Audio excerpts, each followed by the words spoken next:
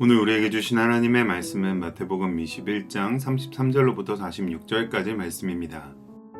다른 한 비유를 들으라. 한 집 주인이 포도원을 만들어 산 울타리로 두르고 거기에 즙자는 틀을 만들고 망대를 짓고 농부들에게 새로 주고 타국에 갔더니 열매를 거둘 때가 가까움에 그 열매를 받으려고 자기 종들을 농부들에게 보내니 농부들이 종들을 잡아 하나는 심히 때리고 하나는 죽이고 하나는 돌로 쳤거늘 다시 다른 종들을 처음보다 많이 보내니 그들에게도 그렇게 하였는지라.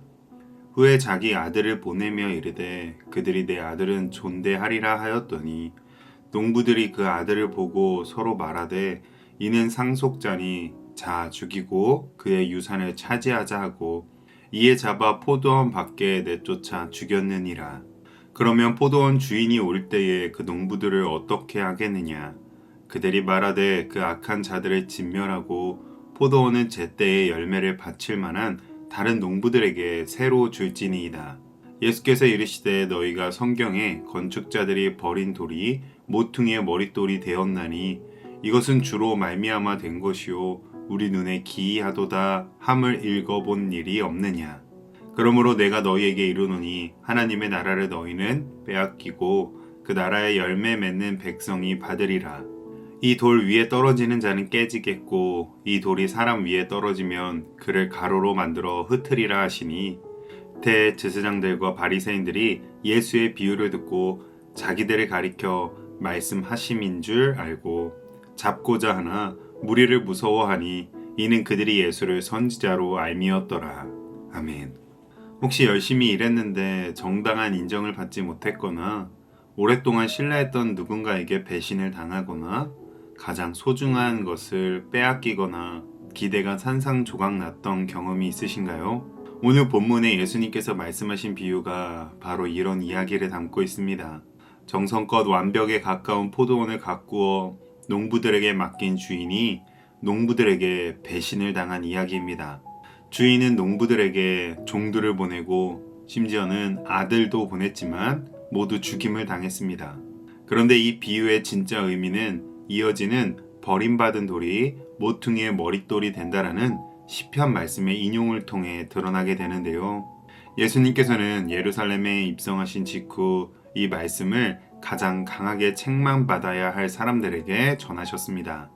바로 율법을 가장 잘 안다고 자부했던 종교 지도자들입니다. 그러나 이 말씀은 오늘 우리에게도 동일한 질문을 던집니다. 너는 주인의 아들을 어떻게 대하였느냐? 오늘 이 말씀을 통해 버림받은 돌을 하나님께서 어떻게 구원의 머릿돌로 삼으셨는지, 그리고 그 돌이 우리의 삶의 기초가 될 때 어떤 변화가 일어나는지를 깨닫는 이 시간이 되시기를 주님의 이름으로 축복합니다. 예수님께서 비유로 말씀하신 포도원은 보통 농장이 아니었습니다. 주인이 직접 포도원을 만들기를 울타리를 두르고 즙자는 틀도 만들고 망대까지 세운 정성과 애정이 듬뿍 들어갔던 포도원입니다. 포도원은 바로 하나님의 백성 이스라엘을 상징합니다. 하나님께서는 그의 백성을 택하시어 머물 땅을 주시고 안전한 울타리로 율법을 주시고 선지자들을 통하여 돌보셨습니다. 그러나 비유 속 농부들은 이런 주인의 기대를 저버립니다. 열매를 주인에게 내어드리기는커녕 열매를 받으러 온 종들을 때리고 죽였습니다. 이때 주인이 보낸 종들은 하나님께서 이스라엘에게 보내셨던 선지자들을 상징하죠. 그리고 마침내 주인은 마지막으로 적어도 내 아들은 존대하겠지라는 기대를 가지고 아들을 보냅니다. 그러나 농부들은 저가 상속자다, 죽이고 유산을 차지하자라고 하며 망설임 없이 아들까지 죽였습니다. 이는 이 땅에 오신 하나님의 아들 예수님께서 종교 지도자들에 의해 신성 모독자로 포도원 밖에 곧 성문 밖 골고다에서 십자가에 매달아 죽일 것을 예고한 것입니다. 이 비유는 오늘 우리 역시 하나님으로부터 생명과 시간과 재능을 받은 농부들임을 깨닫게 합니다. 그런데 돌아보면 우리는 얼마나 자주 내 인생의 주인을 나라고 생각하며 주장하며 살아가고 있습니까? 이사야 53장 5절 말씀, 그가 찔림은 우리의 허물 때문이요 그가 상함은 우리의 죄악 때문이라. 그가 징계를 받음으로 우리는 평화를 누리고 그가 채찍에 맞음으로 우리는 나음을 받았도다. 아멘. 바로 오늘 우리가 하나님의 아들 예수님을 죽인 농부들입니다. 예수님께서는 질문하십니다. 포도원 주인이 오면 그 농부들을 어떻게 하겠느냐? 사람들은 그 악한 자들은 진멸하고 포도원은 다른 농부들에게 줄 것입니다. 라고 대답했습니다. 그러자 예수님께서는 시편 118편을 인용하셨는데요. 건축자들이 버린 돌이 모퉁이의 머릿돌이 되었나니 이것은 주로 말미암아 된 것이요 우리 눈에 기이하도다. 여기서 머릿돌은 건물 전체의 무게를 지탱하고 방향을 결정하는 매우 중요한 돌입니다. 그런데 건축자들, 곧 종교 지도자들은 그 돌을 쓸모없다고 내버렸습니다. 그러나 하나님께서는 그 버림받은 돌을 구원의 머릿돌로 세우셨습니다. 이것이 십자가와 부활의 역설적인 복음입니다. 세상은 폐기 처분하고 내버렸던 돌이 하나님 나라의 기초가 된 것입니다. 그래서 예수님께서는 하나님의 나라를 너희는 빼앗기고 그 나라의 열매 맺는 백성이 받으리라 라고 하십니다. 하나님의 나라는 혈통이나 종교적 이력이 아니라 오직 예수 그리스도를 믿는 믿음의 열매로 들어가는 나라입니다.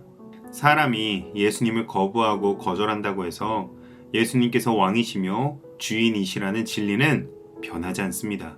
44절은 오직 예수님만이 어제나 오늘이나 영원히 구원의 머릿돌이시며 심판의 돌이심을 드러냅니다. 예수님은 받아들이는 자에게는 구원의 반석이 되시고 끝끝내 거부하는 자에게는 심판의 돌이 되십니다. 이처럼 복음은 은혜이며 동시에 심판인 것입니다. 오늘 우리에게는 예수님께서 구원의 머릿돌이 되시기를 축복합니다. 그러나 이 비유를 들었던 종교 지도자들은 예수님을 받아들이지 않았습니다. 우리가 주목할 것은 이때의 대제사장들과 바리새인들도 예수님의 비유를 듣고 그 즉시 깨달았었다는 것입니다. 아, 이 말씀은 바로 나를 가리키는 것이구나. 그럼에도 그들의 반응은 회개가 아니라 예수님을 잡아 죽이려는 것이었습니다. 말씀을 듣고 마음의 문을 두드렸지만 마음의 문을 더욱 굳게 닫은 것이죠. 말씀을 듣고 깨달았음에도 돌이키지 않는 마음, 이것이 바로 완악함입니다. 어제 말씀의 첫 번째 아들과 같이 말씀을 듣고 깨닫는 것이 끝이 아닙니다. 말씀을 듣고 돌이켜 순종으로 반응하는 데까지 나아가야 합니다. 혹시 오늘 우리의 마음에 완악함은 없습니까? 말씀을 많이 듣고만 있지는 않습니까? 말씀을 들을수록 무뎌지며 무감각해지고 있지는 않습니까? 오늘 우리는 말씀을 듣고 순종으로 반응하시기를 축복합니다. 오늘 본문의 말씀은 우리에게 묻고 있습니다. 예수님을 내 삶의 걸림돌로 보고 치워버릴 것인가? 아니면 내 삶의 머릿돌로 받아들여 순종할 것인가? 그러므로 오늘 우리 모두는 십자가 복음을 들을 때마다 굳었던 마음이 부드러워지고 돌이켜 회개하고 순종하여 믿음의 열매를 맺는 구원의 반석 위에 선 백성들이 되시기를 주님의 이름으로 축복합니다. 기도하겠습니다. 하나님 아버지, 우리가 하나님께서 보내주신 아들을 거절했던 죄인임에도 불구하고 예수 그리스도를 통해 구원의 길을 열어주신 은혜에 감사합니다. 버림받았지만 구원의 머릿돌이 되신 예수님을 오늘 다시 한번 믿음으로 붙들게 하시고 우리의 삶 전체가 반석 위에 세워지게 하옵소서. 말씀을 듣고도 무관심하고 무감각했던 완악했던 지난날을 돌이키며 다시 말씀 앞에 부드럽고 열린 마음으로 서게 하옵소서. 이제는 우리의 삶에서 하나님의 나라의 열매가 풍성히 맺혀서 하나님께만 영광을 돌리는 삶이 되게 하여 주시옵소서. 예수님의 이름으로 기도합니다. 아멘.